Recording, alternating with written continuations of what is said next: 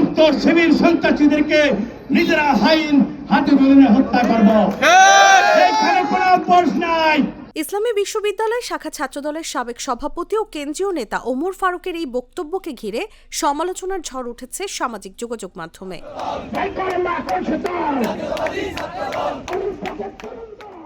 শুক্রবার বিকেলে ক্যাম্পাসে এক বিক্ষোভ সমাবেশে তিনি আইন হাতে তুলে নিয়ে গুপ্ত শিবির কর্মীদের হত্যার হুঁশিয়ারি দেয়ায় এই বিতর্কের সৃষ্টি হয়েছে। চট্টগ্রামের সিটি কলেজে ছাত্রদলের উপর হামলার প্রতিবাদে আয়োজিত ওই সমাবেশে তিনি আরও বলেন, তারেক রহমানের পরিবারকে নিয়ে নোংরামি করলে ইসলামী বিশ্ববিদ্যালয় ক্যাম্পাসে তাদের অস্তিত্ব থাকতে দেয়া হবে না। মরহুমা খালেদা জিয়ার উত্তরসূরি বর্তমান প্রধানমন্ত্রী তারেক রহমান তার পরিবারকে নিয়ে যদি কোনো নোংরামি করা হয়, সোশ্যাল মিডিয়ায় অশ্লীল স্ট্যাটাস দেওয়া হয়, আমরা হয় মরব না হয় মরব।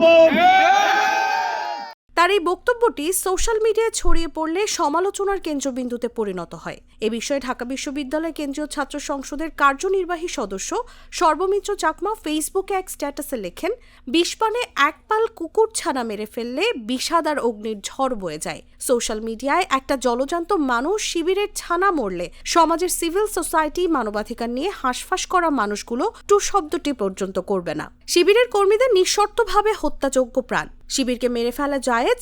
গত 17 বছরের সমাজ ও রাষ্ট্রে এটা প্রতিষ্ঠিত বাক্য, যদিও রাষ্ট্র কর্তৃক নিষেধাজ্ঞা নেই তাদের ওপর।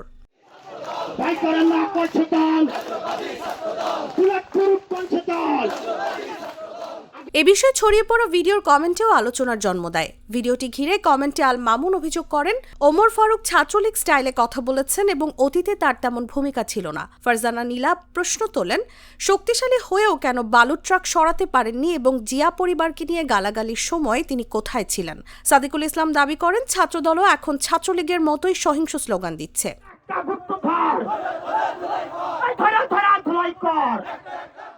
সমালোচনার জবাবে ওমর ফারুক বলেন, পুরো বক্তব্য শোনা উচিত। শব্দ চয়নে ভুল হতে পারে, তবে জিয়া পরিবার নিয়ে নোংরামি সহ্য করা হবে না। নিউজ ডেস্ক, জাগো নিউজ।